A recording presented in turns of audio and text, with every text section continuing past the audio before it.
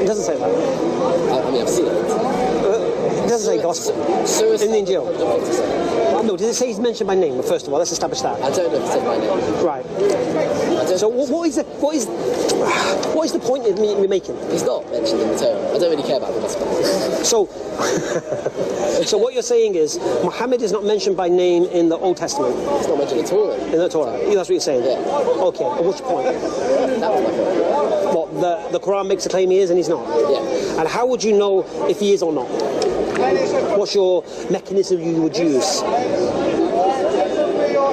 For example, all right, so a basic one, Deuteronomy 18:18. Who do you believe that's referring to? So Deuteronomy chapter 18, if you look at just before it talks about the prophet... No, I didn't ask that question. I'm not asking you to explain your answer. I just want to hear your answer. So it's referring to prophets in general after Moses that will arise from the people of Israel. So it's not an individual prophet? It's not an individual prophet. Right. Because you'll see that throughout the Tanakh, that whenever it talks about collective whole, it speaks in the singular. Right, so you say it's not as an individual. It's talking about prophets in general, which is why it uses at the beginning the word ki, when. So when a prophet comes up, so this is what's going to happen. Right, and when it uses the word he, then what? He, so once again, you find it all over the place. There's a verse in Samuel, I can't remember exactly where, that talks about a group of people in the plural, and then when it talks about the group as a whole, it goes back to the singular. You find all over Tanakh, whenever it talks about the whole, it talks in the singular. So an A, we should wave them a prophet like unto thee from their brethren. He should not speak of himself, which but are words in his mouth, and he should speak all that is commanded of him. Yes. You're saying that's referring to who? General prophets that come after who? So for example, Joshua, Samuel, Nathan, Gad, etc. That's who you believe it is? Yes. Okay. And in Isaiah 42:10, who's that? Isaiah 42:10. The servant? Oh, the servant. Oh. The servant of God that's being referred to is the people of Israel. Why do you believe that? Actually, that's 53, isn't it? What's Isaiah 42? See? I don't know if that happens. That's why I draw this. Yeah. Isaiah 42. No, this is the people of Israel. Yes. Why do you believe that? Why do you believe that? Because if you look at Isaiah 45, you can see clearly. Okay, let me read it for the benefit. This is my servant, whom I uphold, my chosen one in whom I delight. I have put my spirit upon him. He shall teach the true way to the nations.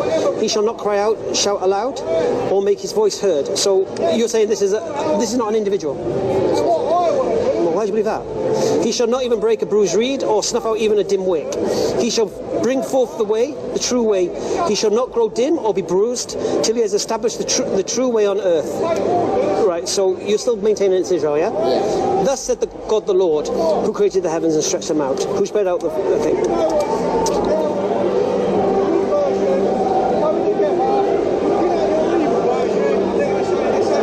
Am I reading backwards here, or what? Yeah, because the main thing is the Hebrew, so it goes from right to left. Oh, I see. Oh. So I have to go this way? Yeah. All right. Fair enough.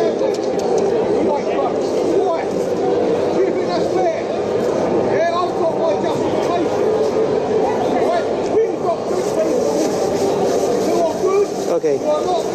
Sing to the Lord a new song, his praise from the ends of the earth. You who sail the sea and you creatures in it, you coastlands and their inhabitants. Let the desert and its towns cry aloud. Let the villages where Kedar dwells. Let Selah's inhabitants shout. Call out from the peaks of the mountains. Let them do honor to the Lord and tell his glory in the coastlands. The Lord goes forth like a warrior, like a fighter. So who is this? It's all Israel. As in when he's talking about other nations. When he's talking about other nations. Where he's saying he's going to scream like a woman in labour, and he will turn the idolaters back in utter defeat and all this. Yeah. This is all Israel. The people of Israel suffer in exile. No. You're saying this is not speaking about a person. You believe that? I don't mind if you believe that. I don't understand the justification for it unless it's trying to fit your narrative. Because for me it seems to be speaking about somebody who's going to come and make the deserts rejoice, make the city of Medina sing with joy, and he's going to come as a warrior. And Selah. Where do you think Selah is? Where does it say Selah? What verse is that? Read 42:10. Who's Kedar? Kedar is one of the sons of Ishmael. Who are they? The Arabs. Yeah. So he's going to make the Arabs rejoice. Yes, Kedar. Yes, the second son. Yeah. So Israel's going to make the Arabs rejoice. So the Ishmaelites rejoice? Really? So in the Midrash, it says that just before this is very interesting. That just before the Messiah comes, the Jews are going to want to build a temple on the Temple Mount. The Muslims are going to say no, and they're going to say, I'm just quoting the Midrash. Okay, that's how it's going to happen. And the Muslims are going to say, we'll challenge you, okay, to what happened in the days of Elijah, and we're going to build an altar, offer up sacrifice, and you're going to do the same. And the people who sacrifice goes up to God, and God accepts. Okay, so everyone will convert to that religion. So then the Midrash carries on, and it says that what's a Midrash? The Midrash. So a Midrash is something that was passed down either from Sinai or from the rabbis down to us. It's an oral tradition. It ended up being written down. And it carries on. It says that the Jews accept this, and they do it. And God accepts the Muslim. And then the Jews go back on their word, and they don't do it. Did you hear my question? But, yeah, I'm coming to it. What's my question? Why the Ishmaelites rejoicing? Yeah? Because of the Israelites. Yeah. Okay. And because they don't accept it, there's a big war, many people are killed, and the Jews survive, go to the wilderness, and there the Messiah reveals himself. And it says that when the Messiah will come, and then it quotes this verse in Isaiah, okay, when the Messiah will then come, okay, the Ishmaelites will then will rejoice with the knowledge that they were wrong, and they will rejoice with the knowledge that they were wrong, and that the truth has prevailed. And they'll rejoice in that. Yes. So what, the Ishmaelites will become Jews? Yes. They won't become Jews, they'll accept the Jewish God. But becoming Jews and accepting the Jewish God are two different things. Okay. But that's why we believe that a non-Jew only needs to follow the seven Hyde laws in order to go to the world. And do you believe the Israelites are a light into the Gentiles? I believe we're supposed to be. Oh, do you? Yes. Okay. I agree with that. Whether or not we're currently fulfilling that today is another problem. Is another question. Yeah. So why do you believe Muhammad is a messenger of God? Because there are many laws from the Torah that God gave to us that are not found in the Quran. No, but the laws given to you were specific to you.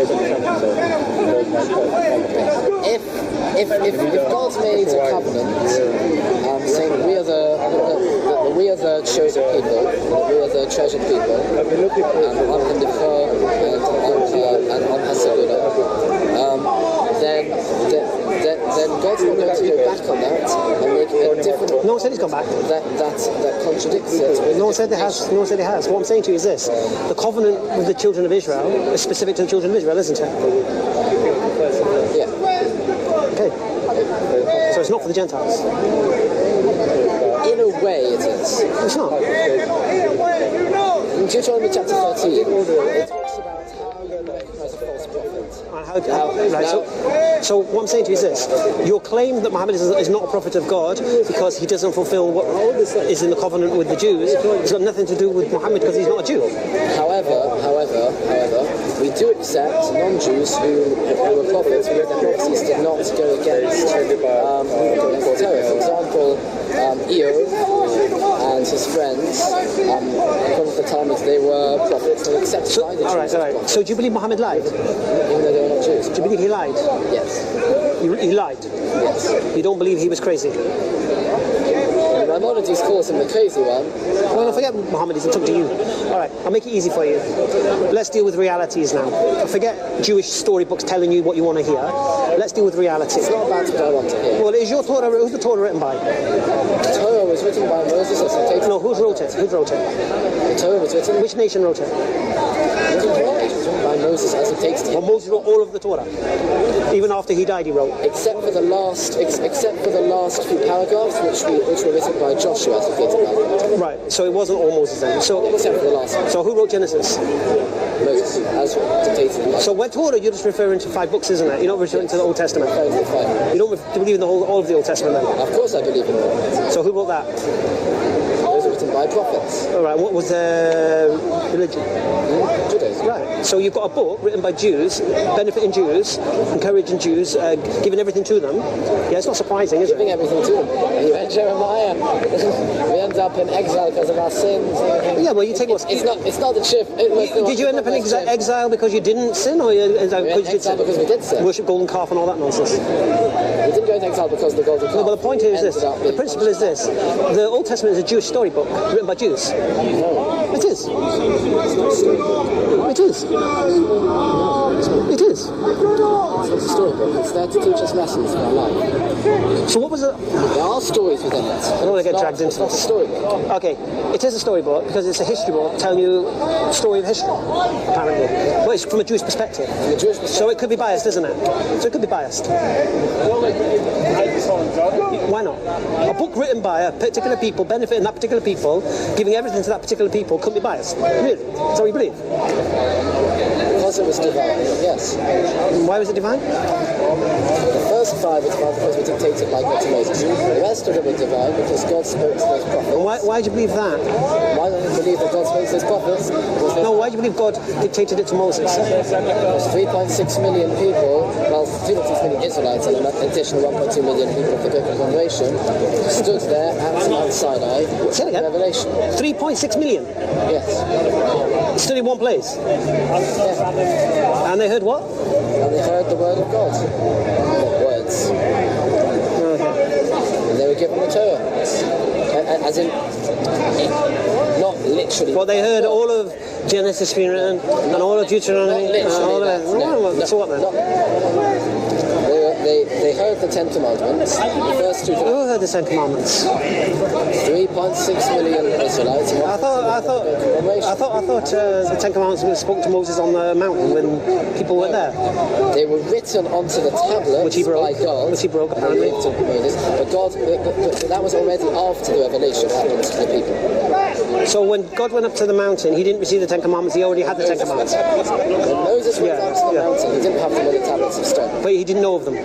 Or he knew of No, them. he knew them because God had already given him revelation. So the people already knew of it, and they still. And it was engraved on the. And what was the command? Thou shalt not kill. What was all that about? I shall not kill. Then why? So why, when he came down, Moses ordered the killing of 3,000 people? No. When they came down, so when Moses came down, he saw that the Jews were worshipping the golden calf. Okay? Of course, the second commandment is don't worship idols. In terms of the second in the list of 10, not in the list of 13. Yeah. He found them there. And the punishment for worshipping an idol is the death penalty. So you can kill. In certain circumstances, So thou shalt not kill doesn't necessarily mean thou shalt not kill. Just trying to understand that. That's all. it means you shall not kill innocent blood. Okay. So you can kill if it's sanctioned by God. Yes. God has said in His law that this particular person has to be killed. How are we to question it? No, I'm just trying to understand it. That's all. Because Christians bang on about thou shalt not kill, and then there's so much killing going on. You know what? Funny, I heard an atheist. I don't agree with the Christians. I seen an atheist meme, yeah, Very nice. where, well, I'm going to give you a beautiful one of Moses in a minute. Okay. An atheist said this: why are the Christians so scared of the devil when it's God killing everyone in the Bible? I don't know where they got this devil from. By the way. I know. You don't believe in Satan. They're very odd. We do believe that there is the Satan. Yeah, no, but what I'm saying is, it's God killing everyone in the Bible. So, for example, when Moses is told to kill every man, woman, child, suckling babe and donkey, yeah, what's that about? They're innocent, aren't they? In which particular? Oh, in Numbers. Where it talks about where Moses is commanded by the Lord to kill, I think it's the Moabites or the Midianites, one of them. Oh yes, that one. And then when the army bring the captives of the women and children, and Moses gets angry with them and says, why have you left the women and children alive? Because of course it was the women who had caused. Were the children not innocent? In the first place. Were the children not innocent? God said that the entire. So the children are not innocent. Because of the way they've been brought up, they couldn't be innocent. So the children are not innocent either now. So basically this thou shalt not kill stretches to killing babies. In the instances that God says. That's what I'm saying to you. I don't understand thou shalt not kill. Yeah. I'm kind of confused now. It should say that you should only kill who I say to. So that's the. You see, people call it the Ten Commandments. Anyway, we'll jump to point. Let's go back to Muhammad. Let's go back to Muhammad. Let's go back to Muhammad. Let me just say that quickly. Go on. Really, it's only the 10 commandments because there's 613. These are the 10 general statements, within them you can the 613 commandments derive from, and are explicitly said in the Torah, throughout the 5 books. So it says you shall not kill. Okay, so obviously this is a general statement and it's defined by other commandments. Why do you reject Jesus? Let's go there before Muhammad. Let's go to Jesus. Why do you reject Jesus? Why do we reject him? Because once again, he tried to change things. What did he change? So, for example, the fact that in Christianity, the Sabbath is on Sunday. Or, for example, Jesus didn't change that. Oh, actually, you're right about that. I know that. Yeah. But if you look at Christianity. No, I didn't say that. That wasn't my question. I didn't ask you about Christianity. I asked you about Jesus. So why did the Jews not accept Jesus? I didn't accept him because he was trying to reform things. What was he trying to reform? The legal system. Give me an example. Jesus seemed to he had an argument with the rabbis about something. Oh, I'm sorry? He had an argument with the rabbis about something to do with marriage, but I can't remember what exactly it was. Something to do with marriage. Very, very abstract. What are you talking about? I have no idea what you're saying. Jesus claimed to be, according to the New Testament, the Messiah. He can't be the Messiah. That's Why couldn't he be the Messiah? He's dead. If he died? If he didn't die? So we don't believe he died, as Muslims. So we do believe he died. When the Messiah... Why do you believe he died? Because he was crucified. Why do you believe that? You don't believe the New Testament. Because there's it's historical documents to prove it. Which historical documents? In the Romans. Which ones? Surely you're not going to Josephus and... No, but it's very important to know these things because this sounds like sound bites now, yeah? Look, for example, you know this idea that Pontius Pilate freed someone for this Passover? I actually don't. Pontius Pilate is the Roman governor, isn't it? And Jesus, he has, apparently there's this ritual on the Passover, you can release a prisoner. The first thing is there's no such ritual. That's the first thing. Second thing, the 2 people who were asked to be released was Barabbas, who was a rebel leader, and Jesus. Guess what Barabbas' first name was? Jesus. Guess what Barabbas means? Son of the Father. So imagine the dilemma. Everyone's a son of the Father. No, but imagine the dilemma. Who should I release? Jesus, the Son of the Father, or Jesus of Nazareth? Yeah? It doesn't even make any sense. So anyway, we Muslims, do you understand that? It's like a Monty Python movie. I'm very confused. There's many things you've not heard, Paul. What are you talking about? What does Barabba mean? Rabbi's was his No, name. Barabba. What does it mean? Yeah, what does his name mean? Rabbi's was his name. He was a murderer. You're right, he did die. Jesus did. What was his first name? And you're right, he was crucified. What was his first name? He's wrong. He's a Jew. He doesn't believe that. He just said he did. You don't believe the New Testament, though. Oh, you believe the New No, he Testament? doesn't believe in the New Testament. He believes in the history book. Right, all right. So say against me. Are you saying Barabbas doesn't mean Son of the Father? What does it matter? No. I don't know what Barabbas means. All right. And are you saying his first name wasn't Jesus? Whose? Barabbas. What language is There was many people at that time called Jesus. Right. So here's the thing, you see. If a historian says a man called Jesus was crucified, yeah, It's Jesus of Nazareth. let's understand one thing. He's... What? There's loads. I'm still a Christian. I'm Muslim. Okay. So I got confused after the whole... No, you're right. Believe in the history book. no, that's You're right. That's what I said to you. Okay. Now the history books don't support it because look, He's going to give you history according to him. like he says, the name Jesus is common, and we know Barabbas' first name was Jesus, and we know that the Romans crucified rebels. Therefore, history reporting a rebel being crucified called Jesus proves nothing. First thing, no history book proves any resurrection. It's not Jesus dying that matters, it's the resurrection that counts. Without the resurrection, there is nothing. There's no salvation in Christianity. Okay. Now, the idea that Flavius Josephus wrote this, he basically called Jesus the Christ, and he's a Jew, and he didn't accept that. Josephus was... So therefore, they say that. No, but what they say about Josephus is the fact that it's not authentic what he's saying, basically, and Tacitus is not even saying the same thing. Okay, so when you look at the history, there is no history behind it. To be honest with you, There is. anyway. So going back, so why? So tell me again why you reject Jesus. Only he doesn't believe it. I'm just trying to understand why you reject Jesus. I reject Jesus Because you said he was reforming things when I asked for examples of that and you didn't give me any. What did Jesus do that makes him the Messiah? I'm not a Christian here, man. No, as in, what is there to accept him as? Did he not claim to be the Messiah? Did he claim to be Messiah? I don't, did he? I don't know. Is there historical The proof? people believed he was. Is there historical proof that people proved? Did the people claim he was the Messiah? I don't know. Is there historical proof? Have you looked into it? Have you? Well, you're rejecting it.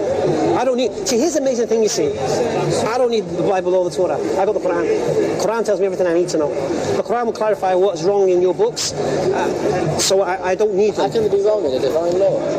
I don't believe they are, is it? We believe, as the Quran says, that the previous scriptures have been corrupted. We believe that. When would it have been corrupted? When? And why would it have been corrupted? People have agendas, isn't it? Well, why would... Oh, okay. Do you believe that? Why? Do you believe that? Okay, let's say for a minute, okay, that the Torah, the Tanakh was corrupted, okay? Right. Let's just entertain that for a minute, alright? If it was, when and why? What's happened to the everything? I honestly want to know. Okay, the when I have no idea. The why, because people have agendas and they want to support their views. What's the agenda? Whatever it is, I don't know. And I've got another question. Okay, why is it that Jews in Ethiopia, Jews in Yemen, Jews in Morocco, Jews in Iraq, Jews in Iran, Jews in Kazakhstan, You call it all these Muslim Jews in countries. Go on. Germany, Jews in Russia, Jews in France. I had to throw in the Christian ones, of course. Yeah, go on. Yeah, okay, and Jews in Greece and Italy. Why is it that all of these communities, okay, besides the 34 letter differences, okay, have exactly the same Tanakh? Okay, if it was corrupted. If it was corrupted, surely there would be some community somewhere that has the uncorrupted version, or a different corrupted version that is drastically different. It depends on the. Surely that would be the case. Well, it depends what it grew out of, innit? If it all grew out of the same source and it's already been corrupted at that point. The Jews have been in Ethiopia for No. Before that, when was the Tanakh put together? When was the Tanakh originated? So the first 5. When you say Tanakh, I need to know I'm talking about the same thing here. Are you talking about the Old Testament? Yes. So the Tanakh means Old Testament. Yeah. books of Moses. Except that we Just the 5 books. except that we don't call it that because You don't believe in the New Testament, They don't want to obviously. be connected to... No, they don't believe in the New Testament, that's why. There's no Old Testament, there's no New Testament. exactly, it can't be old. It's the only one. Is it the books of the Torah? Yeah? The 5 books of Moses? Not just the No, books, the also, Tanakh is Isaiah and all the that. 7 books of the prophets and the 11 books of the... Sorry, 8 books of the prophets Yeah. and 11 books of But you have Exodus To be- from the... To be honest with you, all the way to the Chronicles. You have it's not Genesis. really been brought to my attention what the problems are with the Old Testament. I'll be honest with you. Yeah? It's not really something that's been highlighted. That for me as a Muslim, for something being said in the Old Testament causes me a problem as a Muslim, to be honest. I have an issue with the Jews being the chosen people. I have an issue with Isaac being the first, the only son. I have an issue with that. No, but at the time of... He was the Of course he was. It doesn't say that. It says your only son. It says your only son. It says your only son means you've only got one son. You can't... Yeah, because Ishmael wasn't regarded as... And then when you look at, Ishmael is the son. but then when you look at the story, when it talks about Ishmael being kicked out with his mother Hagar, it acts like Ishmael's a baby. Put him on his shoulder and all that business, and the baby cried and in the bushes, and he's like 13 at this age. He's a strapping lad, not a baby.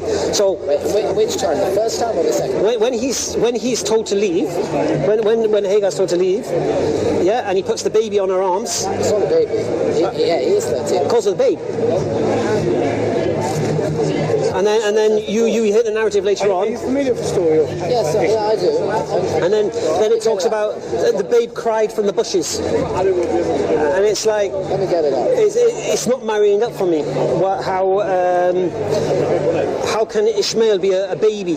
How could she carry him? First of all, It doesn't say baby. What does it say? Son. Where? Put a son on him. Put a 13-year-old son on her. Is that what it says? Well, it doesn't even say that she will. Yeah, I'm pretty sure you're It says reading. that she carries him.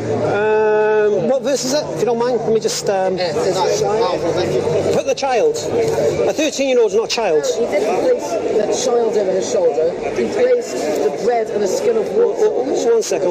I'm not the baby. It said, look, I'll show One second. Yeah, well, what's the verse? I don't trust that. I've seen the way it's been translated from the original Hebrew. No, yeah, okay, this might be the Septuagint. I don't know. He just said. If you want, I can read it in Hebrew and translate it myself. I don't need that. I just want to read the what verse is that? Genesis what? 21 verse. Maybe I read it wrong. Let me just check. Well, you got the Old Testament. Sorry? You got the Old Testament. No. It's the KJV. This. I don't even know if it changes from the NIV. It's KJV. It probably does. In all the Christian Which one is it? editions, there are a lot of mistranslations. Yeah. What's the verse? It's chapter 21, verse In Genesis, yeah? 14. It might be different. It might be. It doesn't call him a baby. I might have read it online. I mean, the chapters and the verses might be different. Calls him a child. She was. He wasn't a child at 13. He should be married at 13. He should be married at 13, according to Judaism. No, Judaism is supposed to get married at 18. In that time? Really? Tractate of the Fathers, chapter 5, I can't remember which one exactly. So you believe? Exactly. So you believe back in that time that a Jewish boy got married at 18? There weren't Jews in Maybe those some days. got married at 13, some at 18, doesn't it? No, because there was no such thing as teenagers then, days, was it? When your balls dropped, you're a man. Yeah, it's true. That's it. Well, what it was young as 13. No, but they class girls of 13 as an old maid if they not got married.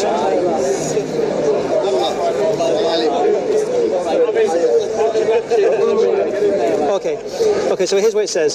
So Abraham rose early in the morning and took his bread and skin of water, and putting it on her shoulder, he gave it and the boy to Hagar. So he gave the boy to Hagar. Yeah?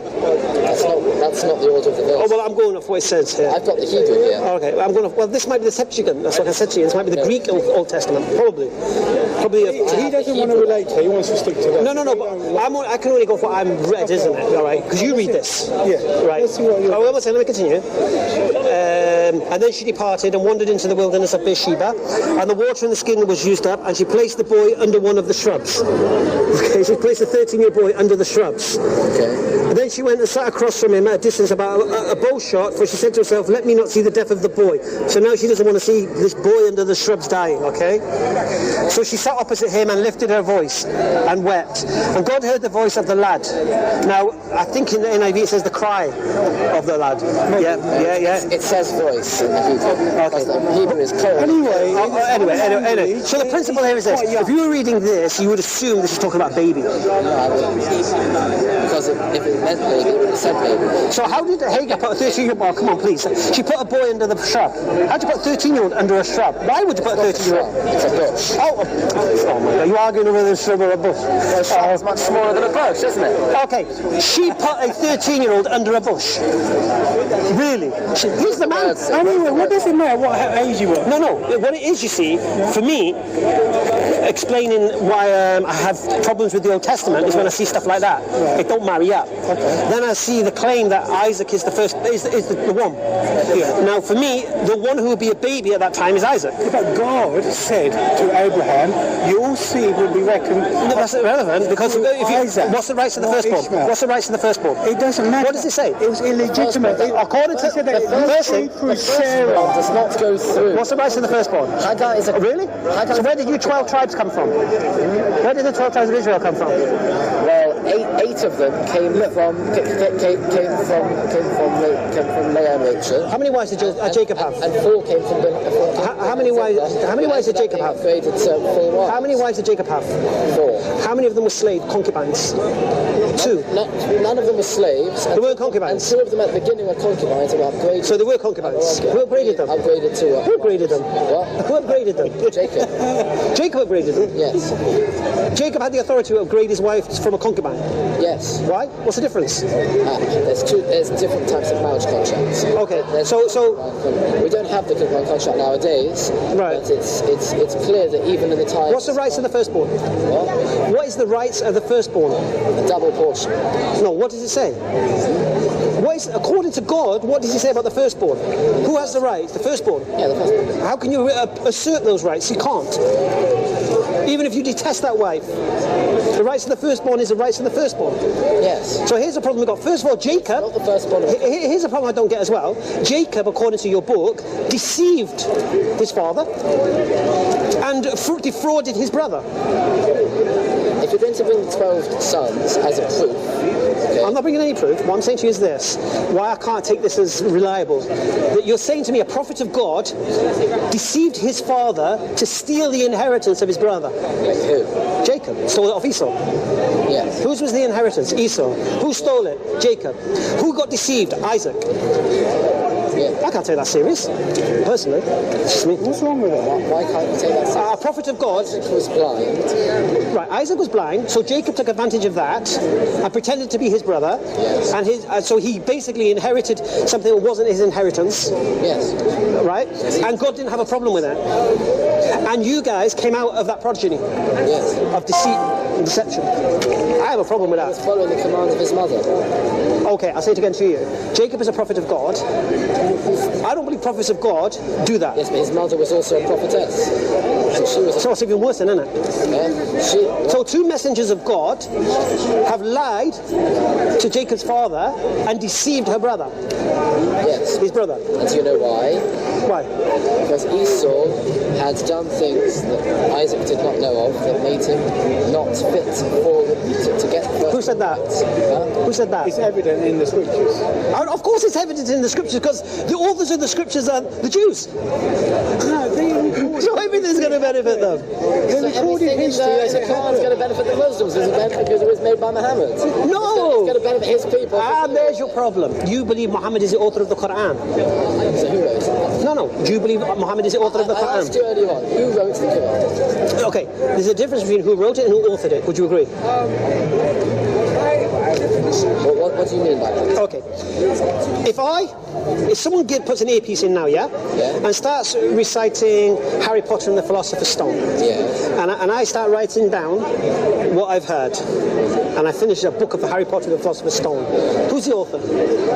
Me or J.K. Rowling? J.K. Rowling. Right. What have I done? I've just copied it. Yeah. Okay. I wrote it, but I'm not the author. Okay. They're not my words. Okay. Same way, Muhammad Sallallahu Alaihi Wasallam, he's basically the man with the earpiece. Well, Moses is also the man with the earpiece. No, but that's not the point. It's the point. I'll tell you why it's not the point. That's exactly the point. I'll tell you why it's not the point. Yeah, I'll tell you why it's not the point. Because you said Muhammad authored the Quran. You asked who authored the Quran, isn't it? And I'm saying to you, God Almighty authored the Quran. That's my claim. And I'm telling you that God Almighty authored the Torah. Right. And why do you believe that? Because... Yes, the scriptures. No, not why I believe it, it's why I know it. Show me where Moses... Where does Moses say this stuff? That God revealed the 5 books to him. No. So who's saying this? Because Moses died before the 5 So who's saying this? Who's saying Moses is receiving this from God? Who's saying it? Yeah. Rabbis. Rabbis are saying it. And how do you know they're telling the truth? Because it was an oral tradition, they went back. Doesn't matter, you mean they're telling the truth? You believe a man that came out of a cave and says, I thought I had a visitation from an angel. How do we know? Okay, make it easy for... No, I can deal with that point, that's not an issue. In the same way that you're basing everything you're saying upon one man who claimed to have a revelation Allahu from the Akbar. mountain, and claimed that God had spoken to him and told him what to ask. Okay. In that same way, Where did Moses make that claim? What? Where did Moses make that claim? Where did Muhammad make the claim? Muhammad makes the claim clearly. No, as in, where does Muhammad make the claim? That God's been revealed to him. He makes the claim all over the place. But why should we believe him? No, that's a point. That's a very good point. Here's the thing you see. Here's the difference you see. One person. No, but look, here's the difference. No, but here's the difference. Here's the difference you see. Muhammad is making the claim, Moses isn't. You're putting the claim on Moses, Muhammad is making the claim himself. So there's no claim to answer here. There's a claim to answer here. Yeah. But we have an oral tradition going back all the way to that time. Yeah. I'm sure the Hindus have an oral tradition about Ganesh as well. It makes no difference. It means nothing. Yeah, but you can't compare us to the Hindus, because the Hindus, everyone's got something different. No, it doesn't matter. They can still have an oral tradition that they all believe. They've got genealogies, they've got history. What genealogy? They've got no genealogy. That's not. They've got genealogy after genealogy. Genealogy of what? It's true. And Genealogy of what? and people. The genealogy is not even marry out. My Which genealogy? So much proof. This is another topic anyway. But let's go back to the point. No, because it's good you brought it up. How do we know Muhammad is telling the truth? Yeah. Because he's making a claim. Yeah. So we have to address his claim. Moses isn't making a claim. You're putting the claim on him. So I don't have to address that claim. I can challenge the rabbis. You tell me the name of the rabbis and why I should believe them. I don't mind. I can do that. Okay. But Muhammad makes that claim. Now, there's only 4 variables here. He's lying, pretending, he's crazy, he's deceived, yeah? He's mad. Sorry, he's crazy and mad. Sorry, that's the wrong one. He's deceived, meaning the devil tricked him. We don't believe the devil would do that, is it? Or that he was lying. No. Well, let's first go to the 4 variables. No one's making a claim on any of them right now, but one of them has to be true. So either he's lying, or he's deceived, or he's crazy, or he's telling the truth. Okay. What's your claim? Either he's crazy or lying. Crazy or lying. But there's no real practical All right. application. Do you realise crazy or lying cancel each other out? Okay. A crazy person thinks they're telling the truth. A liar knows they're not telling the truth. But either way, what they've said isn't true. No. A liar knows what they're saying isn't true. A crazy person thinks what they're saying is true. But what they say isn't true. No, but that's irrelevant. It is relevant. It's not. You can't be crazy and a liar. Based on religion or the crazy. All right, do you know what a liar is? I'll explain it again to you. Do you know what a liar is? A liar. Yes, he makes it up. No. Somebody who says things that he knows is not true. Yes. Okay? If a crazy person thinks what they're saying is true, he can't be a liar. Because a liar knows what they're saying is not true. Yeah, but what's the practical difference at the end of the day? I'll say it again. The practical difference is very, very simple. The intention behind a lie is knowing you're lying. What about the intention? Right, I am. That's not the point. The point is, Well, you can't be crazy and a liar. it doesn't matter about the intention. It matters about what comes out of it at the end. No. What's the outcome at the A end? crazy person... Has he said something that is true? No. A crazy person cannot be called a liar. Fine, so either he's crazy or he's a liar. Or Or deceived, or he's telling the truth. Fine. Right.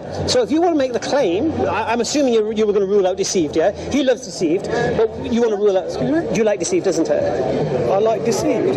Yeah, you believe Muhammad was deceived by the devil in the cave and all that. He's a Christian. That's usually their forte. Do you believe that? Does it really matter? If Yeah, he said at the end of the day... I mean, No, it does matter. It does matter. I'll tell you why. I'll tell you why it matters. One second. I'll tell you why it matters. Because one of those 4 variables is correct. One of those 4 variables is the reality. Yeah. So I want to. So I need to know. I want to know. Alhamdulillah. Beautiful saying. No. But you've got to look. Proof of the pudding is in the tasting. You said... And how it benefits mankind. Allahu Akbar. That's a beautiful saying. You do my work for me. All right. So basically, if someone's a crazy person, yeah, what they're saying they think is true. That's the nature of delusion.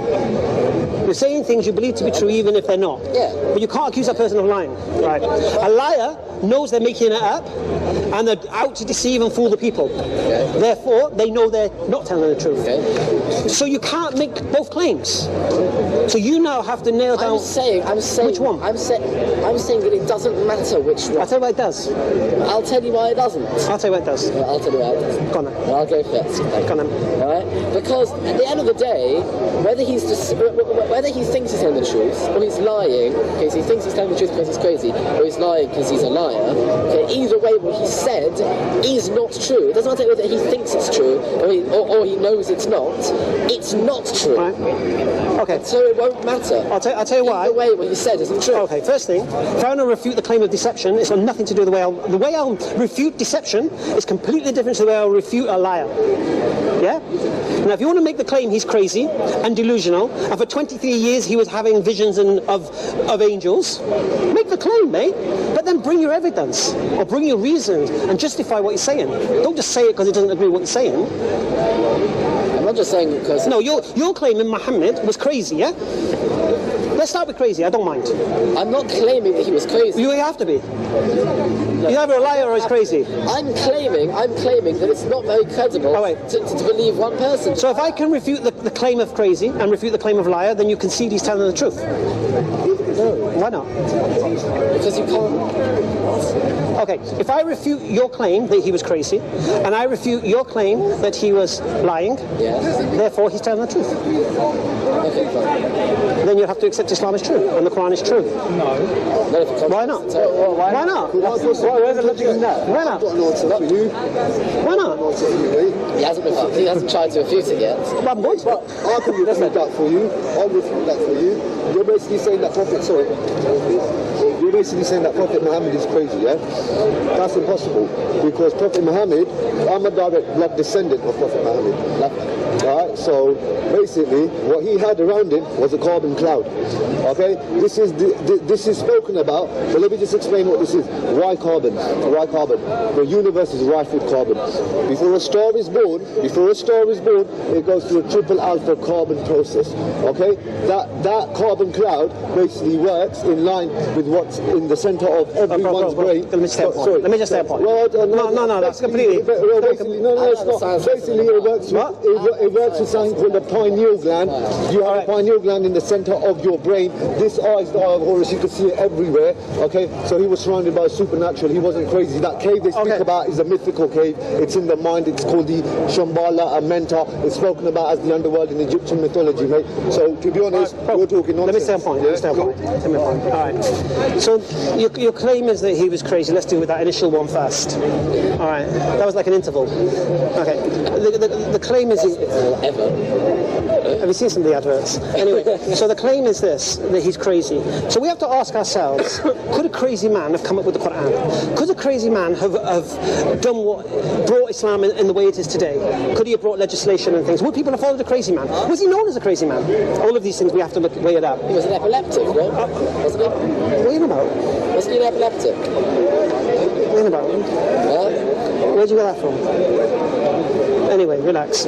So anyway, let's establish one thing. Do people, could a crazy person have come up with the Quran? Yes. Really? Of course. A crazy person do anything. A crazy person could come up with the Quran. A crazy person will be followed by the people. Really? If they don't know he's crazy. A crazy person would be recognized by non-Muslim scholars as being one of the most successful, influential men that's ever existed. If you're crazy and charismatic, then people will probably follow you. If they don't know that you're crazy. They follow Hitler. He was crazy. Well, that's a good point. If you don't understand the supernatural, you can't refute anything. So this No, one second. You've given me your science lesson already. I don't think it was a I'm actually telling you why you have the perception of why he was. Do you understand? So the point here is this: you can make a claim, but you have to support your claim. Now, no one can prove whether he's crazy or not, but we can use our rationale. We can use our rationale, yeah, and we use our logic. We use our logic to understand, yeah. Do you understand? So I can't see people Muhammad wasn't Right. crazy. Do you understand? So we have to use logic. Debate with Hey, it. brother, let him speak, man. So it's pointless, isn't it? It's pointless for you. Don't stay there. Don't stay there. Don't stay there. If it's pointless. Well, what's the point of you backing up Prophet Muhammad? Prophet Muhammad doesn't need your backup because this guy's saying he's crazy and you're basically, listen, Listen, my friend, I know what I'm doing. Just relax. Just relax. No, carry on. If you want to speak to him after about this and carbon. I don't really care about carbon. Anyway, so the point here is this. We have to look at the probabilities and the rationale. And to be honest with you, if you look at the life of Muhammad sallallahu alaihi wasallam, if you look at the Quran that he came with, you look at the way that people followed him. Look at his life. What? Look at his life. Oh my God. You say we have to look at the life of... We have to, yeah. Let's look at his life. What do you want to look at? Okay, warlord. Moses. Go on, carry on. Right? Married young women, married these... Please. His son's wife. Oh, I'm from the bloodline of the... Come on, man. Listen. You complain about... Listen. Complain One second. Let's talk about Muhammad. Listen. For the benefit of the camera, Let's talk. We're going to deal with his claims against Muhammad after. We'll deal with you, Paul. Paul. Paul, we'll deal with it. We'll deal with it. We'll deal with it. I can take you to India Paul, we'll deal with right it. now. Paul, we'll deal with it later. I can take you to I'll give you all the India attention, right mate. now. There's a museum. I'll give you all the attention. There is a I'll give you all the museum attention. devoted Listen, to I'll give you all the Muslims attention. killing I'll a give you all the Sikh. attention. I'll give you all the attention, mate. I know you were taught as a kid that one of the Sikh gurus was sawn in half and they couldn't break him. I know that. I've heard the fairy stories, mate. It's Right now, recorded in the Punjabi history. we're dealing with something. Okay. All right. How did Islam spread to this father? We'll deal with this nonsense later. Places off the well. Yeah. No. How did it spread? Yeah, but it doesn't. We're trying to learn Let me something. carry something. we did, man. You did not go over there and give dawah. That's not how it spread. It spread by the sword. Who told By you the that? sword. Who told you that? That's how it spread. Who told you that? Let them enjoy. Have you been drinking? Have you been drinking? No. Sure. No. I think you need a drink. No, have you been? You said let's all right. examine the. No. I said to you. Let's examine I it. said we will, but Let's not now. examine it. But not now. No, he made a claim. He's speaking to the public here. He made a claim. Bro. No. Shall I deal with this? No, you've got to converse with us. Don't be rude. You're being rude to them. That's Well, Hamza, I think you should deal with first discussion and others should keep quiet. They're going on a tangent. No, he's a listener. If anyone wants to go, I think I'm fine with it. So you believe he was. I'm fine with it. Everyone. All right, because your initial claim he was a liar, and now you're saying he was crazy. Yeah?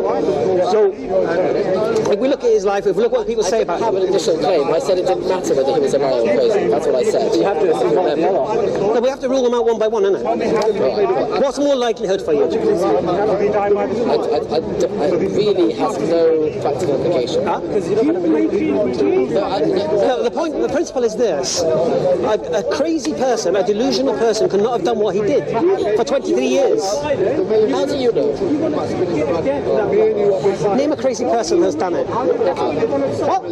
Hitler did what for 23 years? Not 23. What did he do? He did it for 12 years. What did he do? He managed to convince the whole German people that This is going to go to another subject, though. the Jews were vermin and The Jews declared war on Germany. You know that, don't you? Jews never declared war. Really? You not seen that article in the paper? Judea declares war on Germany. Were you aware of that or not? That's absolute nonsense. Really? Never heard of such a thing. All right. So just because you've heard of it, not heard of it, does that make it nonsense? No, that's not All right. Let me give you that link because you went off on a tangent. I don't want to jump onto that tangent. Really? About Hitler. 1 second. Please tell me where was such a... I'll show you the headlines. I'll show you the headline. Because my grandparents lived through 1930s in Berlin. Okay, listen. And All I can do is show you a headline, innit? And then you can make of it what you will. Fair enough?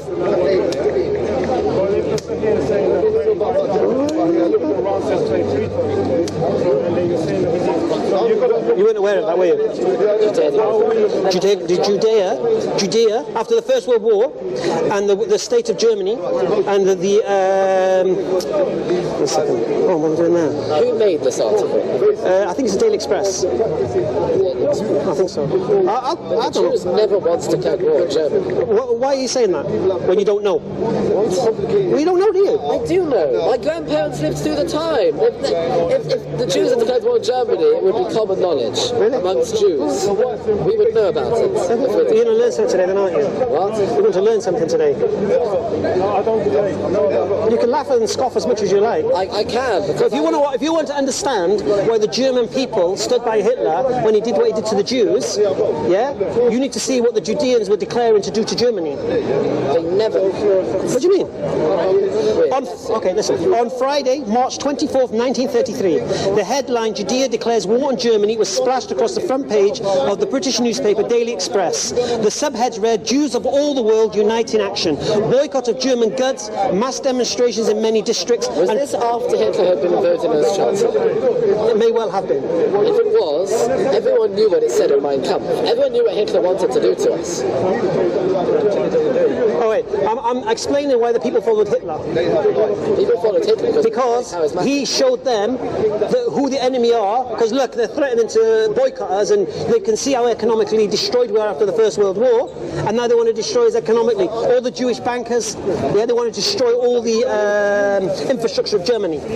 So of course, if you're a German and you've got a guy standing up for you saying, look what they're going to do to us, look at this newspaper article, we have to fight back, man. Why do you think Poland was the first country invaded? Because that's where the Jewish concentration was.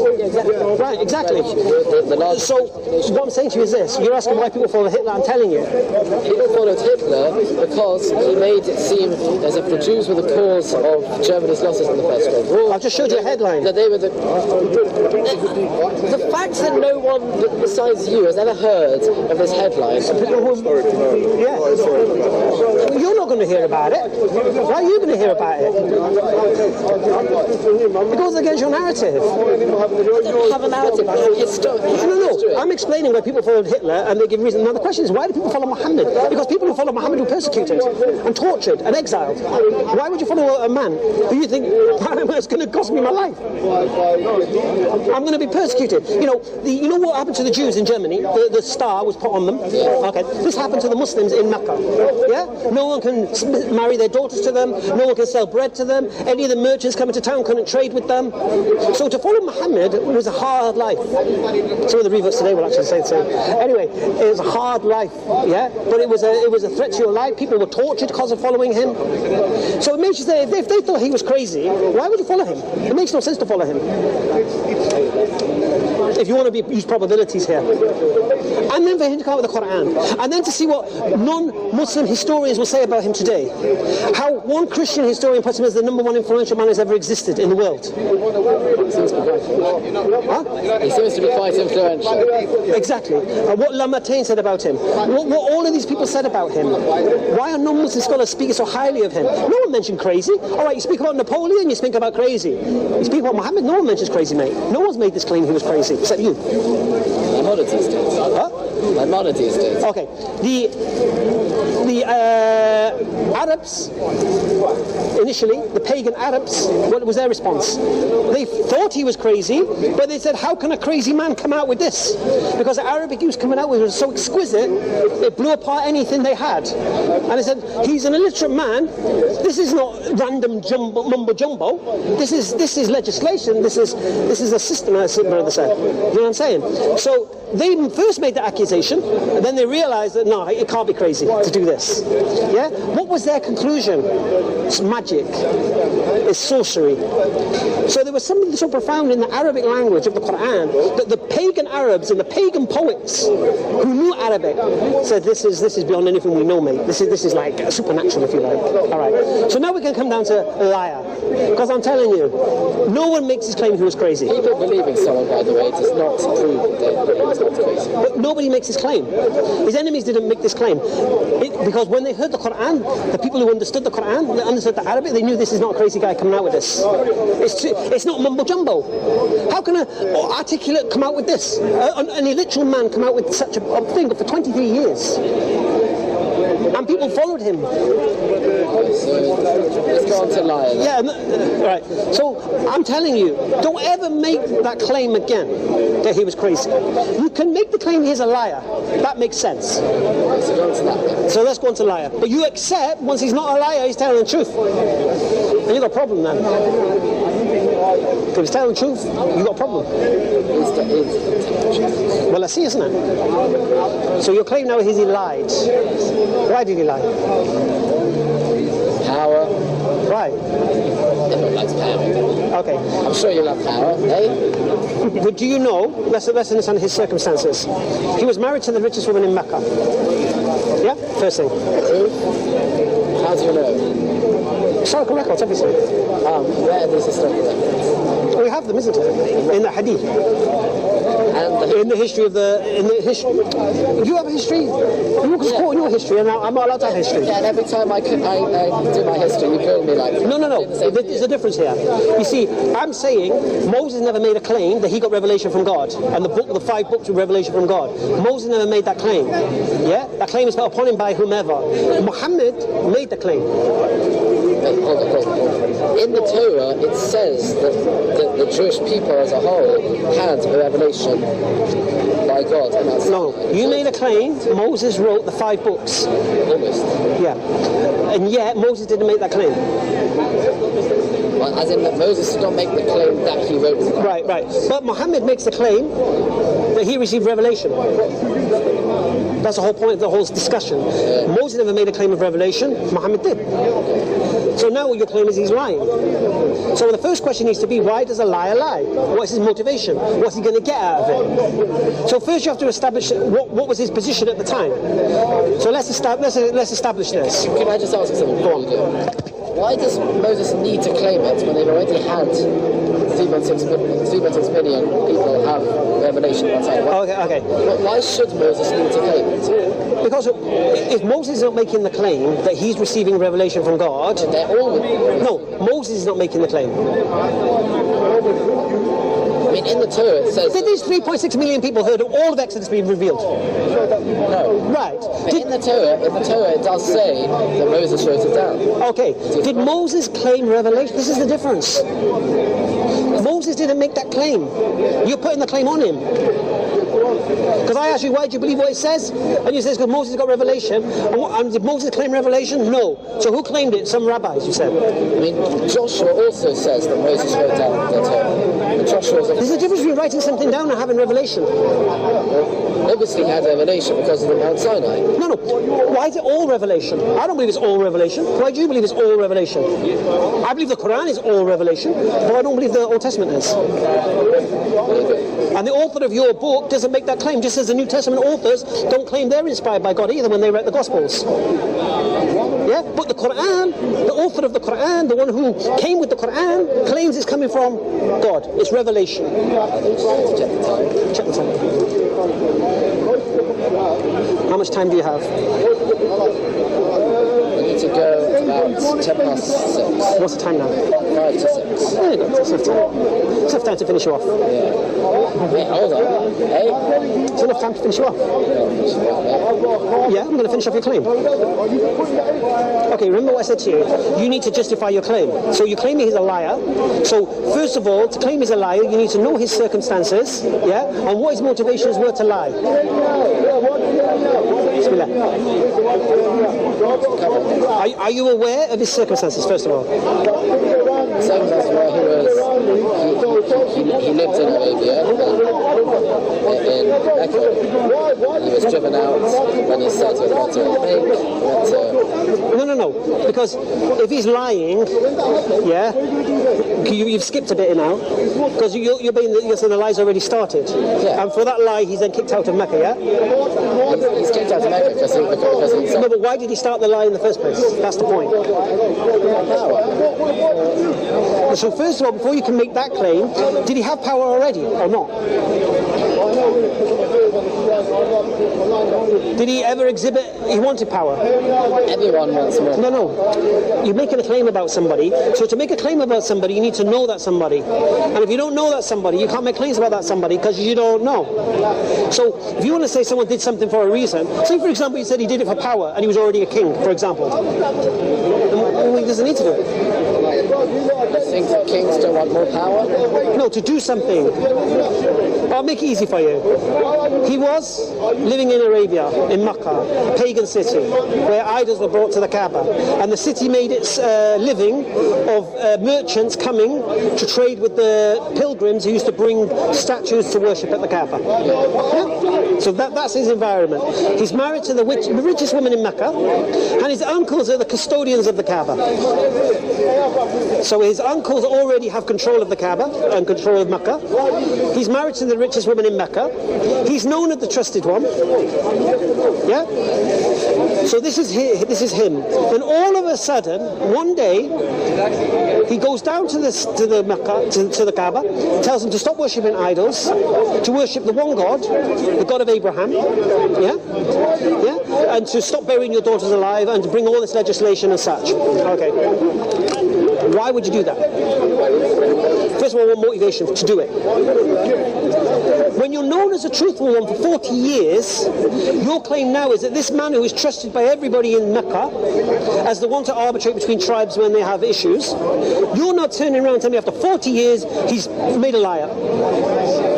Yeah, it makes no sense, first of all. It makes no sense. Everyone wants more. He never made a claim for power, yeah? By making this claim that he got persecuted and exiled. Eventually in the long run. No, persecuted initially. But eventually, in the long run, what did he achieve? A lot of power. No. How did he know that? He was initially persecuted. Those who followed him were persecuted. Yeah, they offered him everything to stop calling the people to worship one God. You should be happy. You should be rejoicing that one man has gone down to a pagan place and told them to stop worshipping idols and to worship the God of Abraham. You should be happy, man. Why do you think he's going to lie about that? You've got to justify your claims to be a liar. And then he's persecuted for this. Yeah? And exiled for this. And you're still claiming he's lying, so now he's being tortured, and not him personally, but the people who followed him were tortured, and they've been put in the desert to starve to death. And who saved them? The Jews of Yathrib, who he agreed to be a mediator between the people there. Yeah? And did you know that the Jews used to say to the pagan Arabs, when our prophet comes, we'll deal with you? Did you know that? Something to you reflect upon. The Jews of Yathrib. You'll Google it. Google is your friend. Okay? Now when you laugh at this, look. You can find all sorts of things. Okay, so what you do when you Google things, you look at the references. Yeah? And then you find the hard copy of those references. And then it's like going to a library, innit? If you go to a library, and when you say Google, people like laugh. Google is like going into a library, going to the librarian and saying, excuse me, I've got a book on cars. And the librarian will say, yeah, it's over in that section there, whatever. That's what Google's doing. Yeah, it's a source of information. Now, when you get that information, you can verify it. Wikipedia, a little bit dodgy because people can influence it. Yeah. So anyway, Google this. The Arabs of the Jews of Medina, yeah, were mocking and it was called Yathrib at the time. They were mocking the Arabs, pagans, saying when our prophet comes. So they were waiting for a prophet. They didn't realize it was going to be Arabian. Anyway. So the point here is this. So it was after that, then he became the custodian of the city of Medina, and we know what happened. Now there was a time when his baby sons died. He had two babies, boys, both died of babies, and there was an eclipse. It was an eclipse of the moon, and the people started pointing at the moon. No, there was an eclipse. Okay. First thing, the difference between what we have, yeah, everything we have is documented, yeah. Everything has chains of narration. So, as do we. Give me the names. I don't mind. I can refer to them. If you look at, do you understand what hadith is? Yes. What is it? At least I think I understand.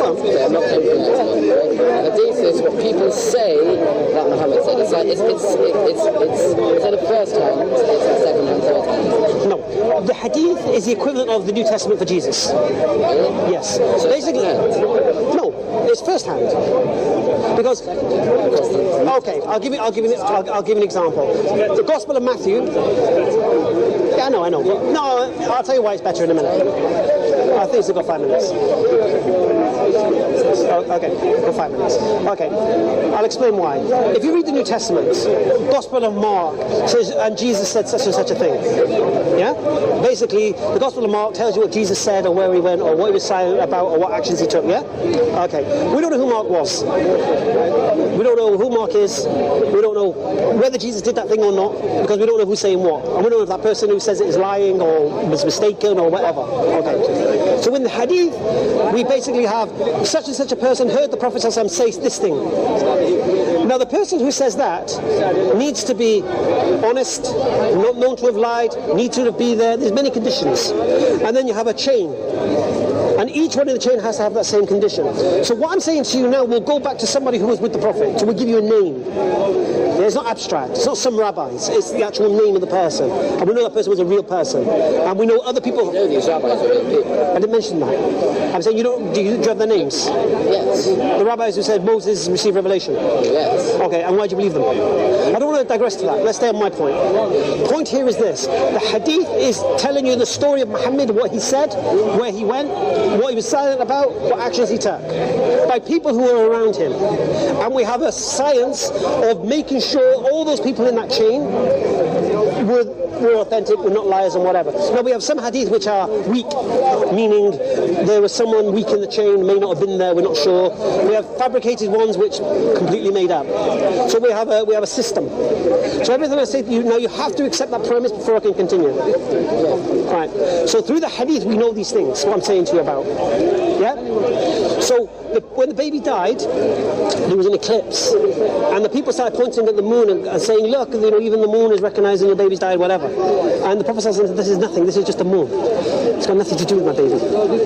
Now, if you're a charlatan, if you're lying, if you want to convince the people, you say, yeah, see, I am the Messiah. Clearly. Yeah, you would utilize that. But he didn't. So, I personally don't see any reason why he would lie. He was not known to be a liar in his life. So for you to make the claim, you need some substantial evidence, mate. Seriously. And if he's not lying, he's telling the truth. And if he's telling the truth, the Quran is revealed from God. And if the Quran is revealed from God, you need to read it, if you truly believe in God. As I know, the Torah was revealed by God. The Torah says that, for example, the binding was of Isaac and not of Ishmael, like I've heard the Muslims claim. No, I didn't say that, did I? But your claim, the only son is Isaac, makes no sense. I didn't say it makes sense. Okay, so what does God say in the Bible? Sacrifice your son, your one and only son, no? Yes. And why does he have to continue after he said that to the one you love? Why does he have to continue? What? The verse says... Because he hadn't had a child. He'd waited so long to have a boy. He had two sons. No. At this point, your only son, how many sons do you have if you've got an only son? Honestly, basic maths. He's got two sons. No, when you say only son, how many sons you got? Right, and who's the firstborn? When God says your only son, he's talking about the only son of your mother. Doesn't say that. Of its mother. Doesn't say that. That's what it means. No, it doesn't. In the oral law, that doesn't say that. No, it doesn't. The rights of the firstborn is the rights of the... In the oral law... Listen, in your book... It's not the firstborn properly, because the firstborn of a concubine. Where does that say that concubine is a lesser son? In the oral law. Show me. I don't have the oral law here. I've got the... So what does it say in the oral law? Where does it say that in the oral law? That the son of a concubine... is less than the son of a... Son of a concubine does not get the firstborn rights. All right. And the written law, which you said is from Moses, yeah, says the rights of the firstborn cannot be usurped. It's all from God to Moses and not so. So the oral law is from God? Yes. So now you're saying there's a contradiction between this and this? There's no contradiction. So what does it say about the rights of the firstborn? The oral law is to explain the written law, to explain what it means. That verse seems to be a very strange verse at first glance. Because what does God say? What does the verse say? About the firstborn? About the rights of the firstborn? No, I'm talking about this verse in the binding. What does it say about the rights of the firstborn? The verse says, take your son,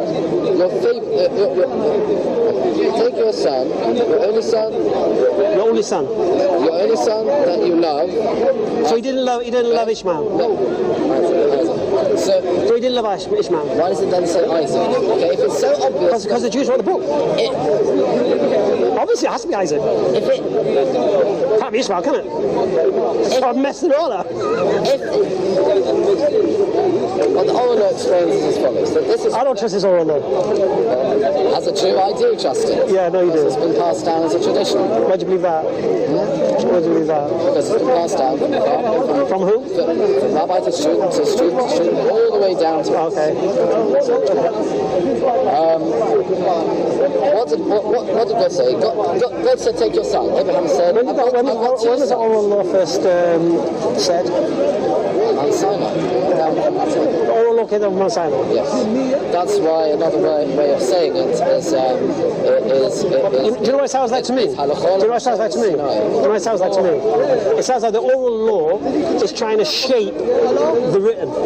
It's trying to rule out. It can't be Ishmael. It can't be Esau. There are so many. It's trying to justify what that's saying, because what you're believing can't be justified by that. There are so many things in the written law, okay, in terms of commandments, for example, okay, you just can't understand without a point. Yeah. So, for example, Anyway, let's stay on point. Let's talk about Muhammad. You still believe he was a liar? You still believe he was a liar, even though everything I've said to you? yes. Why? I'm trying to explain to you. Why? Because what it says contradicts the Torah.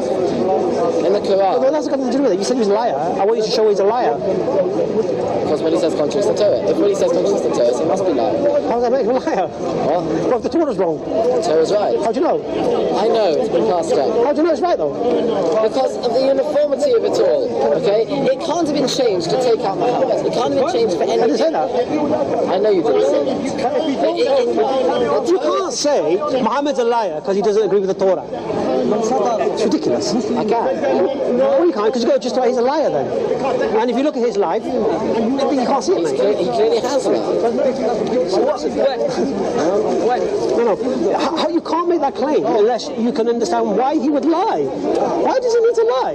Why does he need to make it? Why does he care what that says? Why does he remain as a pagan and take custodian and his uncles have custodian of the Kaaba and all of these things? Why make this claim? Why ostracize his uncles? Why be persecuted? Why be exiled to die? Why?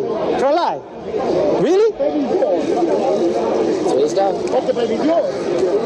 Even the pagans call him trustworthy. Honestly, for 40 years this guy's known as a trustworthy one. Why is that not? Not by the Jews. What are you on about? So he says believe in the God of Abraham. Is that a lie? Listen, if a Jew wants to make a claim about Muhammad, bring your evidence. What is that? He said Prophet Muhammad sallallahu alaihi wasallam to believe in the God of Abraham. Is that a lie? Exactly. So the God of Abraham is alive, because he believes in him. And he says the Torah is real, but it has been changed, so he believes in the Torah. And why does it say the God of Abraham and not the God of Abraham, Isaac and Jacob? Say it again, sorry. And not the God of Abraham, Isaac and Jacob, like he's always been. It does. He does? Yes. No. It depends. Depends what it's referring to. God of Abraham, God of Isaac, God of Noah. It depends what it's referring to. Which prophet? I say Abraham because I know it resonates. I like that. Yes, but But it says God of Jacob, God of Isaac. No problem. Well, the problem is this. You you see. agree it goes through Isaac?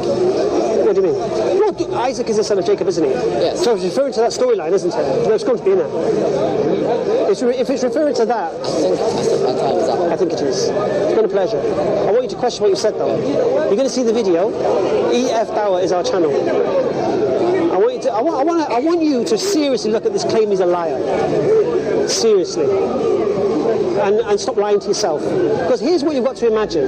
Listen, forget your confirmation bias. Forget the things that support your claim, what you believe. You have to wipe the slate clean. You have to say, I'm a lay person, I don't know anything, I'm looking at the claims as they are in front of me.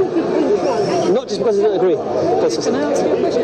Doesn't it say in your Old Testament that, just one question, that God is going to make Ishmael a great nation? So where is the great nation? And you're not a great nation? Looks like it to me. And there's a great nation in the eyes of God, a pagan nation? Is a great nation in the eyes of God a pagan nation? Is the great nation in the eyes of God a pagan nation? Or is a great nation in the eyes of God one that It doesn't worships say God? great nation, it says multitudinous nation. No, it does say great nation. I read in Genesis. No, but he's reading his. In the Hebrew, He reads the doctrine Bible. in the Hebrew, it says Rav. Okay, it's going to be a multitudinous nation. Rav does not mean great; it means multitudinous. Can it mean great? No, Never. it never means great. So in all of the Bibles you read, it says great except yours. Christian Bibles have always been changed in terms of translations. There's so many. Why would they say great though instead of multitude? There are a lot of mistranslations in Christian Bibles. I'm going with What's the word? One second. What's the lead? 1 second. Sorry. Been a pleasure. See you. Take care. poll still about? We'll do a poll. Okay, sorry, just going to do our little close. Okay, that was interesting. Started off over there with the other aggressive Jewish guy. Got rinsed pretty quickly. Trump's America, no-go zones in London, fell for all that claptrap. Didn't know his history about how far from Islam forcing Jews to convert to Islam, Islam is responsible for the saviour and protection of Jews. If it wasn't for Islam, there would be no Jews. The Christians were slaughtering them everywhere, whereas the Muslims were for the protection for 800 years. And how they ended up in Morocco? Because after the Reconquista from Isabella and Ferdinand, the Muslims invited and allowed the Jews to come with them to Morocco. So that deals with that. Now my man here is making a claim about Muhammad Sallallahu Alaihi Wasallam. First he started off as crazy, which is a ridiculous notion. I mean, I pretty much dismissed straight away. But then we're left with liar.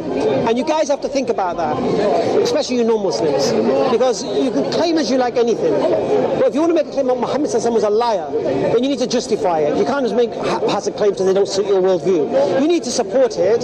You need to tell us why you believe he was a liar, why he lied, and why he would suffer persecution for that lie. And when you can't, and you realise that he was a trusted one, then think to yourself, well, if he wasn't a liar, and if he wasn't crazy, and he wasn't deceived, well, the Christian was going to make that claim, I don't know where he's gone, then he's telling the truth. And if he's telling the truth, that means an angel did reveal the Quran to him. And that means the Quran is the word of Allah. And that means follow the guidance. Because if you read the Quran, and I urge you to do so, you will see it's a history of man, it's the future of man, and it's the guidance of man in the world today, inshallah. And if you adopt